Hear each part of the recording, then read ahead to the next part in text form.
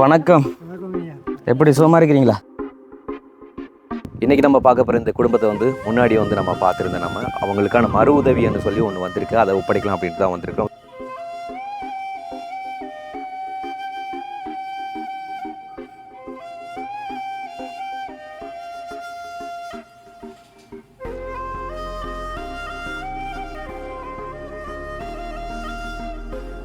லாஸ்ட்டாக தந்துட்டு போன காசில் என்னென்ன செய்வீங்க? கட்டில் வேணும் ஐயாவுக்கு கட்டிலாம் மூன்று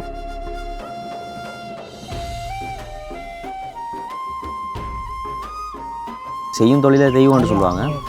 ஆனால் உங்களோட அதே தெய்வம் தான் உங்களை இன்றைக்கி இந்த ஒரு நிலைமைக்கு மாற்றிருக்கிறேன். அதாவது அவரோட தொழிலால் தான் இன்றைக்கி அவரோட காலை இழந்திருக்கிறார். மாதம் மாதம் இவங்களுக்கான ஒரு ஹெல்ப் பண்ணுறதா சொல்லியிருக்காங்க.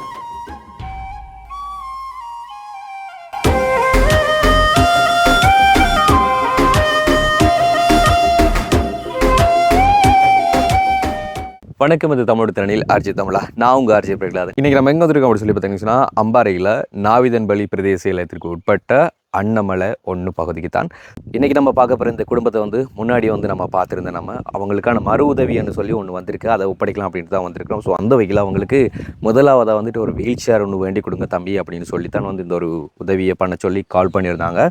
ஸோ அதுக்காமே இன்றைக்கி நாங்கள் வீல் சேர் வேண்ட போகிறோம். வீல் சேரை வேண்டிட்டு அவங்களோட குடும்பத்தில் ஒப்படைக்க இருக்கிறோம். அண்ட் இந்த வீடியோ இவங்களை பற்றின டீட்டெயிலாக புதுசாக பார்க்குறவங்களா இருந்தீங்கன்னு சொன்னால், உண்மையில் இவங்களுக்கு என்ன பிரச்சனை, எதனால் பாதிக்கப்பட்டாங்க, எதுக்காக இந்த ஹெல்ப் பண்ண போகிறீங்க அப்படின்னு சொல்லி நிறைய கேள்விகள் இருக்கு. ஸோ அதனால் இவங்களோட முதல் வீடியோவோட இன்ட்ரோ ஒன்று காண்பிக்கிறோம். அதை பார்த்துட்டு வாங்க. மரமேறி தேங்காய் பறிக்கிறேன். தேங்காய் பறிக்கிற வரக்குள்ள ஒரு நாள் மழை தூரிட்டு மரத்துக்கு தூர மழை இறந்தானே மரத்தில் அடி அப்படியே வர வயது வரக்குள்ள கொண்டு விழுந்துட்டு மூட்டாங்க. 15 நாள் கடைப்பட்ட குளிர்வார் சலம் அடைக்கும் வயிறு அடைக்கும். இங்கே சாகப்பறேன் நீ விடு போப்பறேன் சாகிறதுக்கு அப்படிலாம் சொல்லுவார். ஒளிம்பி நடக்க நம்ம அதை தூக்கி விடணும். விட்டாக்க குச்சிக்கணும். நாங்கள் கல்யாணம் கட்டினவர் கல்யாணம் கட்டினவர் 36 வயதில் கல்யாணம் கட்டின கடைசி குழந்தை பிறக்கக்குள்ள மனைவி போயிட்டோம். பிறந்தோடைய போயிட்டோம்.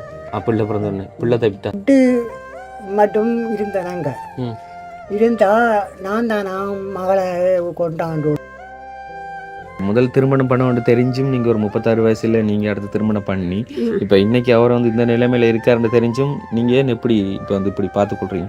அந்த மரம் என்ன செய்கிறேன் நம்மளுக்கு உழைச்சி அந்த மரத்தால் நான் ஏறி உங்களோட ஆரம்பத்துலேருந்து உங்களோட கையால் இப்படி தான் இருக்கிறதா? அப்போ அந்த கையை தூக்கலாமா, நிமித்தலாமா? இந்த கை இவர் முன்னாடியே திருமணம் ஆயிருக்கிறது தெரிஞ்சு திருமணம் பண்ணீங்களா இல்லை? ரைட். இப்போ முதல் வீடியோட இன்ட்ரோ பார்த்துருப்பீங்க. ஸோ இந்த குடும்பத்திற்கான மறு உதவி தான் கிடைக்கப்பட்டிருக்குது. நம்ம இப்படியே வந்துட்டு பக்கம் தான் போக போகிறோம். ஸோ கல்முனை பக்கம் போய் அவங்களுக்கான வீல் சேரை வேண்டிட்டு அங்கேருந்து அப்படி டிரெக்டாக நம்ம அண்ணாமலைக்கு போகலாம். ஓகே. இப்போ நம்ம வேண்ட போகிறது அதாவது 2-3 கடையில் இங்கே விசாரிச்சிட்டோம். அதாவது இப்போ மட்டக்களப்பு பங்காள பக்கம் சைட்டுன்னு சொல்லி பார்த்தீங்கன்னு சொன்னால் காத்தாங்குடி தெரியும். நம்ம லாஸ்ட்டாக ஒரு அக்காவுக்கு வேண்டி கொடுத்துருக்கோம் வீல் சேர் ரொம்ப கம்மியான ப்ரைஸில் எல்லாம் கொடுப்பாங்க அங்கே. ஸோ அந்த பார்மஸில் எடுத்துக்கொள்ளும். அப்போ இது இந்த சைடுன்றதுனால நாங்கள் ஊரில் இருந்து களஞ்சிரிக்கு வர வேண்டிய அவசியம் இருக்காது. வெள்ளாவளியாலே போயிருக்கலாம். ஆனால் இங்கே வர்றதுக்கான காரணம்னு சொல்லி பார்த்தீங்கன்னு சொன்னால் அந்த ரோட்டில் எங்கேயுமே அப்படியான பார்மஸ் கிடையாது. ஸோ அதனால் நம்ம இங்கே கல்முனை வேண்டிட்டு இப்படி சவளக்கடை வழியால் திரும்ப போகணும் அப்படிங்கிறதுக்காக வேண்டி தான் இப்படியே நாங்கள். ஸோ நம்ம இப்போ வேண்ட போகிறது கல்முனையில் இருக்கிற MBI ஃபார்மஸியில் தான் முன்னாடி இங்கே விசாரிச்சிட்டோம். ஒரு சில கடையில் விசாரித்தது அந்த குறைஞ்ச ப்ரைஸ்லையும் இருக்குது. ஆனால் சில டேமேஜ்கள் அப்படி இப்படின்னு சொல்லி 1000 பிரச்சனைகள் இருக்குது. லாஸ்ட்டாக இங்கே முடிச்சுட்டு நம்மளுக்கு போகிறது கிட்ட. ஆனால் இதை தாண்டி அங்கால போகல அது. ஓகே. நாங்கள் நிறைய கேட்டுட்டோம். சொன்னால் நிறைய கடைகளுக்கு அவர் இந்த ப்ரைஸ் தான் கொடுக்குறோம். அதே ப்ரைஸ் தான் நம்மளுக்கும் சொல்லப்பட்டிருக்கு. Okay okay. So total price போட்டிருக்காங்க பார்த்தீங்கன்னா தெரியும், 41,000 ரூபா. ஸோ இங்கே இவ்வளோதான் விலை. அண்ட் இதுக்கப்புறமா அவங்களோட வீட்டை போய்ட்டு மற்ற விஷயங்கள் அப்படி பார்த்துக்கலாம். அண்ட் பட்டியோட நம்மளுக்கு கிடச்சிடுது. நீ ஆட்டோக்குள்ளே ஏற்றணும்னு சொன்னால் அப்படி கரெக்டாக போயிட்டுருக்க வேண்டியதான்.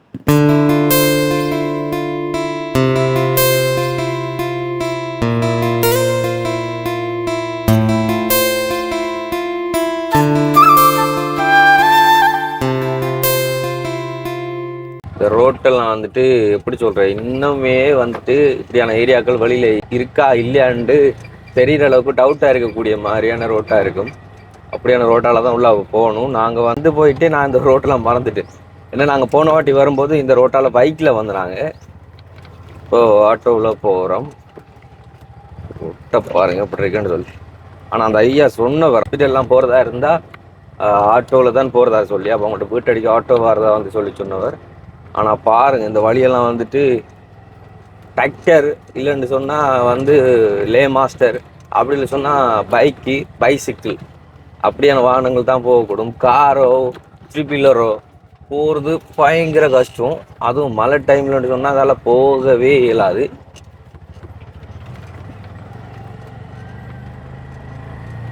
இப்போ நாங்கள் முன்னாடி வீடியோ வந்து பார்த்துருப்பீங்க நீங்கள். எங்களும் வழி சரியாக வந்து ஞாபகம் இருக்குது. இது வந்து எப்படி சொல்கிற, மூணா பக்கம் வந்துட்டு ஆற்றால் சூழப்பட்டிருக்கு, மற்றொரு பக்கத்தால் வந்து வயல் பக்கம். அப்படியே அதாவது 100க்கு 65-60 பகுதியை வந்து வளைச்சி அப்படியே தண்ணி தான், அதாவது ஆறு. ஸோ அந்த ஆத்தோரம் வந்து வயல்கள் செய்வாங்க, கால் போகங்கள். ஆனால் அதிகமாக வந்து மழை பெய்யும்னு சொன்னால் அந்த ஆத்தோரம் இருக்கிற வீடுகள் எல்லாமே வந்து தாண்டுரும். அப்படியான ஒரு கரையோர பகுதி தான் இந்த ஏரியா. மேலே ஆரம்பத்தில் இவங்களோட சீவனாய தொழில் என்ன அப்படின்னு சொல்லி பார்த்தீங்கன்னு சொன்னால், ஒன்று வந்துட்டு வேளாண்மை, இன்னொன்று வந்து இந்த மீன்பிடி பிடிக்கிறது, இல்லைன்னு சொன்னால் ஆடு மாடு அப்படியான கால்நடை வளர்ப்புகள் வளர்க்குறது. அதை நம்பி தான் இங்கே வந்துட்டு தொழிலாக வந்து பண்ணுவாங்க. மயில் நிற்கும், மரம் நிற்கும், மான் நிற்கும், நம்ம தான் நிற்கிறதுக்கு இடம் இல்லை. அந்த பக்கம் ஆறு பார்த்தீங்கன்னா தெரியும், நான் சொன்ன மாதிரி ஆற்றுக்கு பக்கத்தில் தான் அவங்கள்ட்ட வீடு இருக்குது.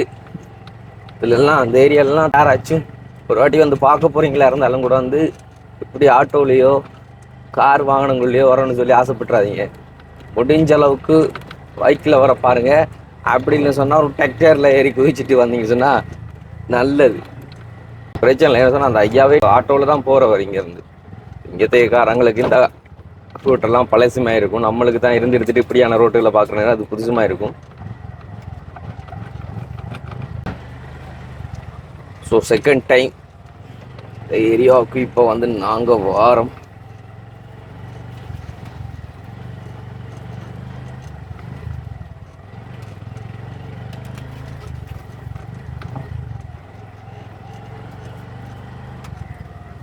ஃபைனலாக இடத்துக்கு வந்தாச்சு. அம்மா அம்மா நிற்கணுமோ?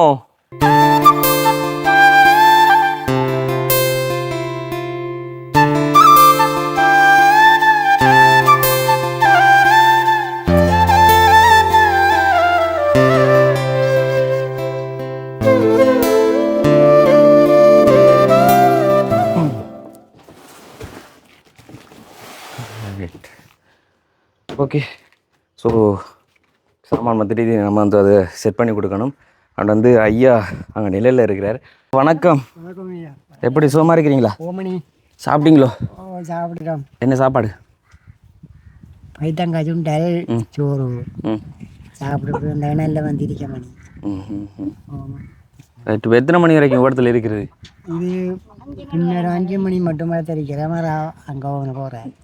அங்கே கொஞ்சம் பெக்கானி அதில் இருந்து இந்த இணையலுக்கு வர போகிறேன். இது இதில் மரத்தில் இருந்து ஒன்று பிள்ளாத அவடத்துல இருந்து இல்லை மணி இதில் ஒன்று இஞ்சால பாம்புகள் அப்படி இப்படி இல்லை. அது நொங்கு பிடிச்ச காலத்தில் நொங்கு கொண்டு விட்றோம். இப்போ இல்லை உண்டோ? இப்போ இல்லைண்ணே. ரைட்டு. இப்படி பார்த்தீங்கன்னா தெரியும், அங்கே வந்து காடு மாதிரி தான் இருக்கும்போது காடு. அங்கால பக்கம் ஆறு. ஸோ 3 பக்கம் நான் சொன்ன மாதிரி ஆறு தான். இங்கால பாருங்கள், முன் வீடியோவிலே நான் காண்பிச்சுப்போம். பட் இருந்தாலும் இதிலே வந்து பாருங்கள் இந்த டைம். ஸோ இந்த பக்கம்லாம் ஆறு. அப்படியே ஆறுன்னு சொல்லும்போது சம்டைம் இந்த வேளாண்மை சீசன்களில் வழி மாறி யானை வந்துச்சுன்னு சொன்னால் இதே சைட்டால் வந்து யானைகள் போகும். அண்ட் அதே மாதிரி மழை தண்ணி பெருக்கேறிச்சுன்னு சொன்னால் முதலைகள் வந்துட்டு இந்த சைடில் வந்து முதலைகள் வந்து கொள்ளும். ஸோ அப்படியான ஒரு பகுதி தான் இந்த ஏரியா. இப்போ நம்ம வீல் சேரை வந்துட்டு செட் பண்ணிக்கொள்வோம். செட் பண்ணிவிட்டு ஐயாட கையில் ஒப்படைப்போம். சேரோ சரியில்லைன்னு சொன்னால் மெடிக்கல் சம்மந்தப்பட்ட எந்த ஒரு வெப்பன் இன்ஸ்ட்ருமெண்ட்ஸாக எதாக இருந்தாலும் கூட வந்துட்டு அதுக்கு வந்துட்டு இந்த சொஃப்டா அப்படிங்கிற இந்த கம்பெனியோட ப்ரைஸ் வந்து கொஞ்சம் கூடுதலாக இருக்கும்னு சொன்னால் இது ஒரு பிராண்டட் கம்பெனி எப்படி சொல்லுவாங்க. ஓகே, நம்ம லாஸ்ட்டாக ஒரு அக்காவுக்கு எடுத்து கொடுத்துருந்தோம் தானே அந்த 49,000 ப்ரைஸ் உடைய ஒரு வீல் சேர்னும், அது கிடையாது இந்த 41,000. இதை விட அது வந்து கொஞ்சம் அட்வான்டேஜ் கூடினது. அவன் வந்து நம்ம அதை எடுத்தது எங்கே அப்படி சொல்லி பார்த்தீங்கன்னு சொன்னால் காத்தாங்குடியில் இருக்க பார்மசி. ஸோ அது வந்துட்டு அங்கே நிறைய திங்ஸ் எல்லாம் இருக்கிறதுனால அது வந்துட்டு எப்படியுமே ஹோல்சேல் கடை. ஸோ ரொம்ப ப்ரைஸ் கம்மியாக தான் வந்து கொடுப்பாங்க. அதுவும் டொனேஷன் அப்படிப்பட்டு யாராச்சும் வந்தாங்கன்னு சொன்னால் அதுக்கு வந்து ரொம்ப கம்மியாக வந்து கொடுப்பாங்க. ஸோ அந்த இது வந்துட்டு வெளியில் அதாவது ஆன்லைனில் கூட வந்து நாங்கள் வந்துட்டு 58,000 சம்திங் வந்து போட்டிருந்தவங்க. ஆனால் நம்மளுக்கு அது கொடுத்தவங்க 49,000. அண்ட் அதே மாதிரி அதை விட இது வந்து அட்வான்டேஜ் குறைஞ்சது தான். இது வந்து 41,000 ரூபாய்க்கு வந்து கொடுத்துருக்காங்க. என்ன சொன்னால் அந்த வீல் சேர் வந்துட்டு செட் பண்ணி எடுக்கிறது வந்து ரொம்ப கஷ்டம். சொன்னால் எல்லாமே வந்து செட்டாக வந்து குவாலிட்டி இருக்கும். நம்ம வந்து அதை செட் பண்ணி எடுக்கணும். பட் இது அப்படி கிடையாது, இது சின்ன அட்ஜஸ்ட்மெண்ட் தான். அண்ட் இது வந்து கொஞ்சம் உள்ளே போகணும். ஸோ நோ வே இப்படி தான் யூஸ் பண்ணுறது நினைக்கிறேன்.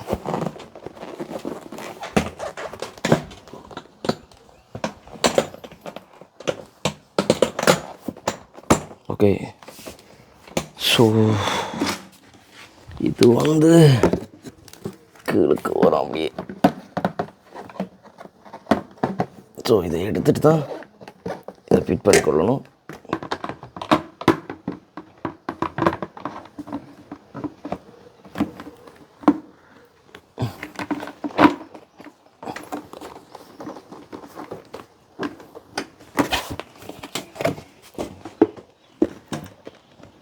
ரைட், அவ்வளோதான். ஸோ இது யூஸ் பண்ணுறேன்னு சொன்னால் அண்ட் வந்துட்டு இது எக்ஸ்ட்ரா பெல்ட் ஒன்று இதில் ஃபிட் பண்ணி கொள்ளலாம். அதாவது அவங்களுக்கு வந்து முன்னுக்கு வந்துட்டு விழாமல் அப்படி இப்படி இருக்கிறதுக்கு வந்துட்டு இதை அட்ஜஸ்ட் பண்ணி கொள்வது. ஸோ இந்த வீல் சேரில் வந்துட்டு இவ்வளோ தான் அட்வான்டேஜ், இவ்வளோ தான் இருக்குது. ஸோ நம்ம இதுக்கு முன்னால் எடுத்த வீல் சேர் வந்து பார்த்திங்கன்னு சொன்னால் அது இங்கே வரைக்கும் கொடுத்துருப்பாங்க. அது வந்துட்டு ஃபுல்லாக வந்துட்டு அப்படியே வந்துட்டு ஒரு பெட் மாதிரி மாற்றிக்கொள்ளலாம் அந்தளவுக்கு. ஸோ இதை இங்கே வச்சிடலாம். என்ன சாப்பாடு ஐயா? இப்போ சோறு பைத்தங்காய் சுண்டால் சாப்பிட்டு போட்டு வந்து என்ன இல்லடிக்க மணி. இது கடைசியாக இப்போ ஹாஸ்பிட்டல் போயிருந்த பிறகு இப்போ இந்த போன வெள்ளிக்கிழமை போய் வந்தேன். மரா அடுத்த வெள்ளிக்கிழமை போகணும். 15 நாளைக்கு ஒருக்கா போகிறேன். 15 நாளைக்கு ஒருக்கா போகணும். லாஸ்ட்டாக எங்கே எந்த ஹாஸ்பிட்டலில் போயிருந்தேன் நீங்கள்? லாஸ்ட்டாக கல்முனை தான் போயிருந்தேன். ஒரு வாட்டி போய் வரேன்னு சொன்னால் போல சிலவா மட்டும் சொன்னாங்க. இப்போ கல்முனை போகிறேன் 1,500 ரூபா மணி ஆட்டாவுக்கோ. இந்த வேப்பையடியில் மாத்திரண்டா 500 ரூபா. 500 ரூபா இங்கே இல்லாட்டி தான் அங்கே கல்முனை கொண்டு ஓடணும். 1,500 ரூபா போகும். 15 நாளைக்கு ஒருக்கா வேணும். மணி நாங்கள் வீடியோ எடுத்துகிட்டு போனதுக்கு பிறகு யாராச்சும் ஏதாச்சும் வந்து பேசுனாங்களா? இல்லை, அதுக்கு அப்புறம் நீங்கள் வந்து அப்புறம் தருவீங்க. சரி, அப்போ மகனார் வந்துட்டாரா வேலைக்கு போய்? வந்துட்டார். இன்றைக்கு போகல. என்ன வேலைக்கு போகிறதா சொன்ன நீங்கள்? இந்த வயல் வேலை வெட்டு நேரம் அது போவார். அதை முடிஞ்சு 6 சீமெண்ட் வேலையை கூப்பிட்டா போவார். இல்லாட்டி சும்மா இருக்காரு. சரி, கடைசியாக எப்போ முடி வெட்டுறேன் நீங்கள்? முடி வெட்டுனா ஒரு 20 நாளைக்கு கூட இருக்கும். நல்லா விட்டா விட்டுற இல்லையா? இப்போ முடி மொட்டையை அடிச்சு விட்டா தம்பி. உங்கள் மகனாக விட்டுறது? அவர் முடிச்சு வளைச்சி விட்ற அந்த இடையெல்லாம் முடிச்சு இது கொஞ்சம் வளர்ந்துட்டு இது வளர்ந்துட்டு இது வெட்டுறேன்டா.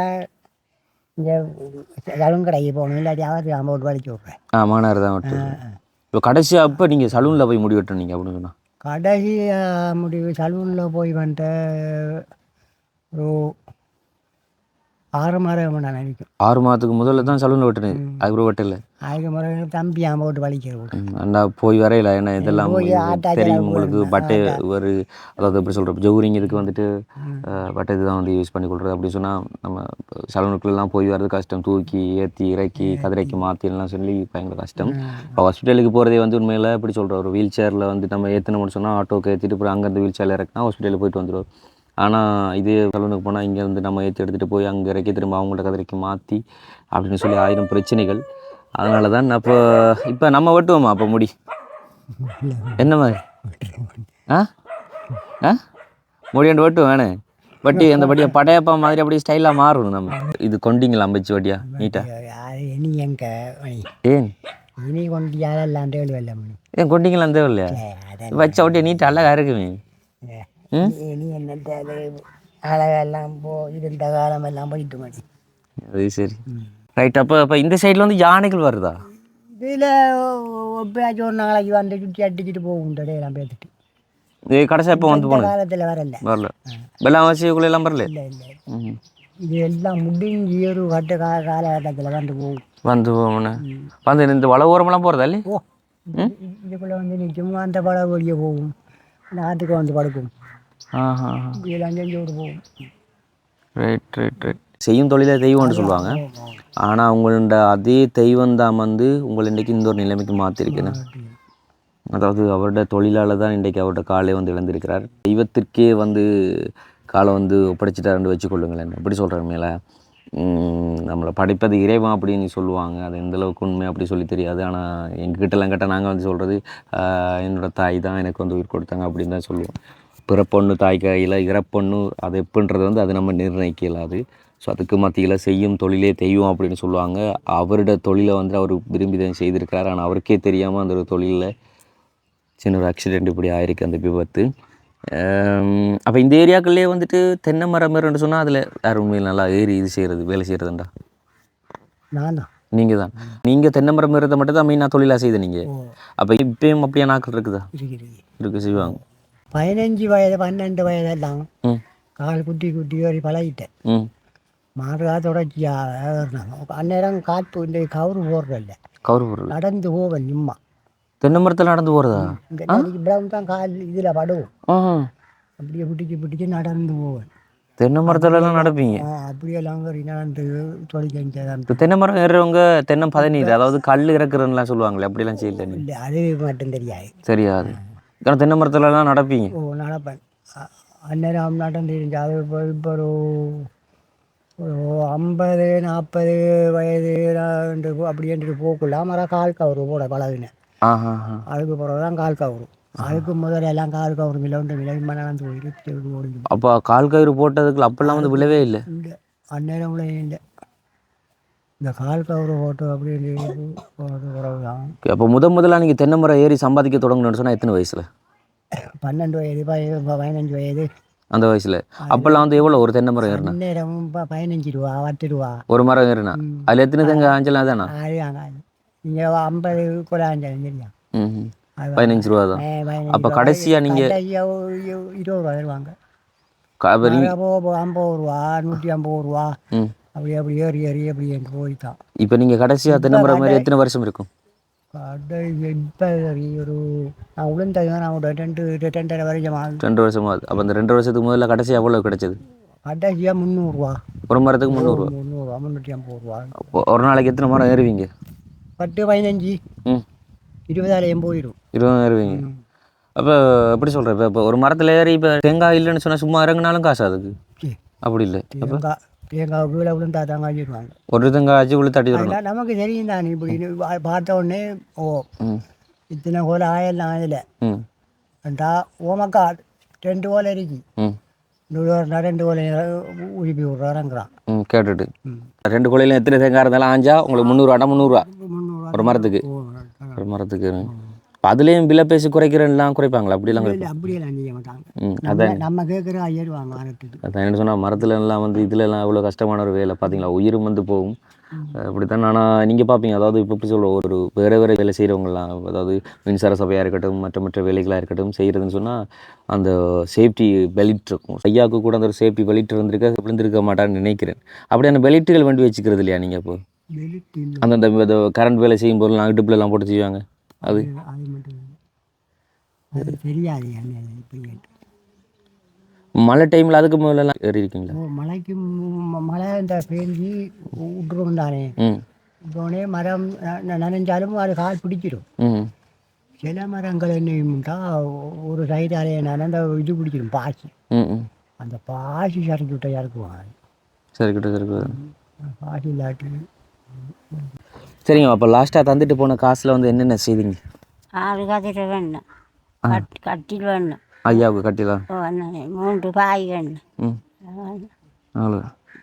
அப்போ ஹாஸ்பிட்டலில் கிடக்க சொன்னாங்க மருத்துவத்துக்கு, அதுக்கு எடுத்துக்கொள்ளலையா? அதுக்கு எடுக்கல. எடுக்கலையா?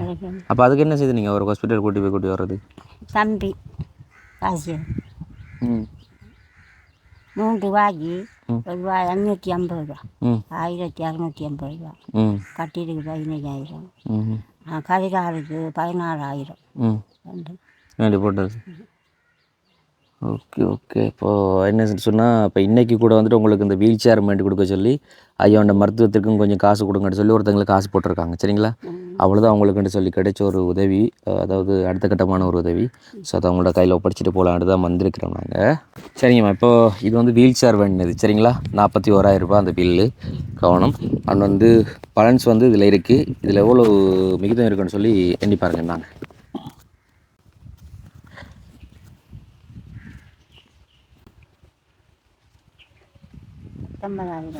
19,000. அதாவது உங்களுக்கு வந்துட்டு 60,000. அதில் வீல் சேர் வந்துட்டு 41,000. அதாவது வந்து அந்த அம்மா வந்துட்டு கண்டிப்பாக வந்து ஐயாவுக்கு வந்து ஒரு கொமட் இருக்கிற வீல் சேர் தான் வேண்டி கொடுங்க அப்படின்னு சொல்லியிருந்தாங்க. சரிங்களா? ஸோ அதுக்குமே தான் இந்த வீல் சேரை வேண்டி தந்திருந்தோம். 41,000 போக மீதம் வந்துட்டு 19,000 உங்கள்ட்ட கையில் இருக்குது. இதை வந்து ஒன்றும் பண்ணாதீங்க, அவர்கிட்ட மெடிக்கல் செலவுக்காக வச்சுக்கொள்ளுங்க. சரிங்களா? அதாவது ஹாஸ்பிட்டலுக்கு கூட்டி போய், அதாவது அந்த இது மாற்றுறதுக்காக போய் வருவீங்க தானே, அதுக்காக வந்து யூஸ் பண்ணிக்கொள்ளுங்க. அண்ட் வந்து அவரோட மருத்துவ டேப்லெட் இதுகள், அதாவது மருந்துகள் வந்து பண்ணுறதுக்காக வேண்டி பயன்படுத்திக்கொள்ளுங்க. சரிங்களா?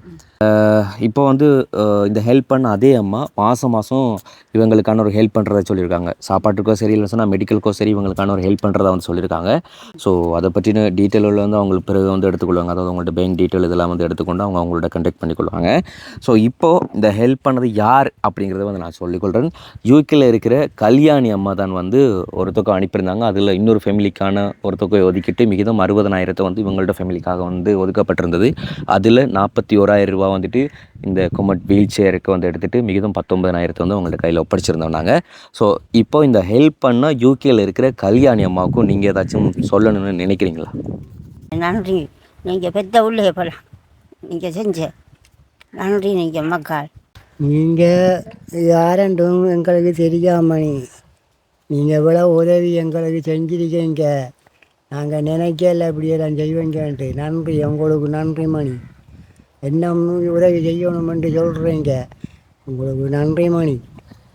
மேலே எங்களோட சார்பில் நாங்களும் அவங்களுக்கான நன்றிகளை சொல்லிக்கொள்கிறோம். ஆனால் இன்றைக்கி நாங்கள் காண்பிச்சிருந்த இந்த ஒரு காணொலியில் நீங்கள் மனசு கிட்டப்படுற மாதிரி ஏதாச்சும் காணொலிகளை காண்பிச்சு பேசுகிறதா அதுக்கு மன்னிப்பு கேட்டுக்கொள்கிறோம். அண்ட் இன்னொரு வீடியோவில் சந்திக்கிறோம். நன்றி, வணக்கம்.